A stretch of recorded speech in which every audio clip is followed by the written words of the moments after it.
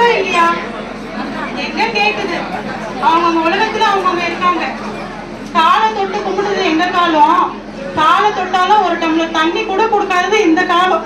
ஏசப்பா, இந்த காலத்து பசங்களுக்கு நீங்க தான்ப்பா ஒரு நல்ல ஞானத்தை கொடுக்கணும்.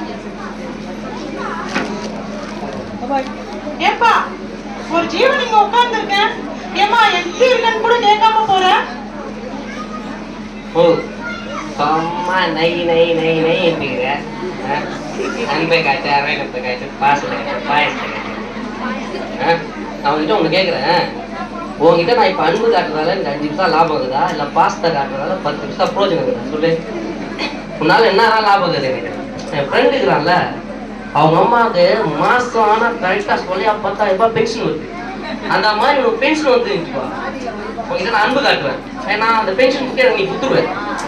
ஏன்னா உனக்கு பென்ஷனும் வர மாட்டேங்குது. உன்னால வாரம்னா வீட்டில் எனக்கு பிரச்சனை தான் வந்துங்க. சும்மா நை நை சும்மா கிடமா.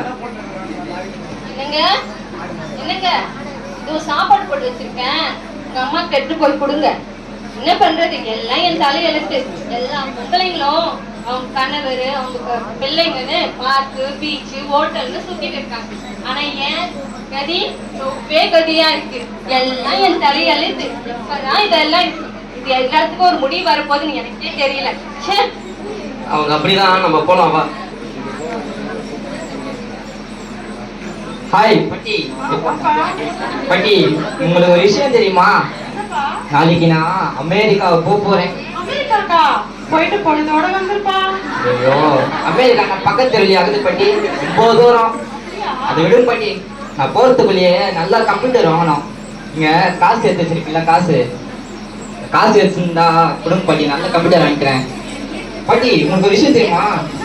இந்த போன்ல பாருங்க, போனை எவ்வளவு அழகா பேசுங்க. நீங்க பேசினாலும் உங்களுக்கு அழகா பதில் சொல்லலாம். நீங்க பேசுங்களேன். எப்படி இருக்க?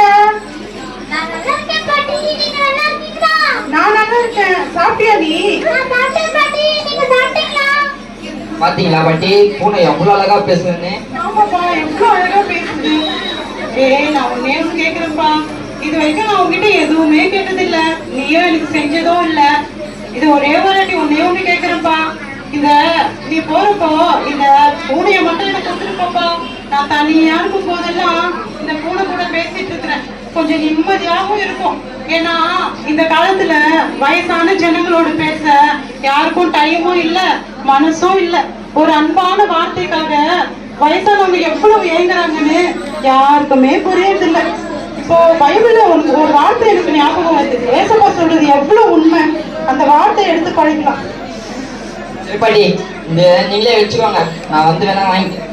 சரிப்பா.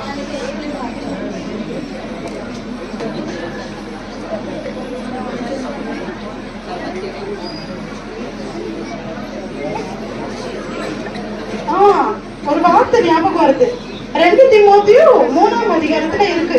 ஏசப்பா சொல்லியிருக்காரு, மேலும் கடைசி நாட்களில் கொடிய காலங்கள் வரும் என்று அறிவாயாக.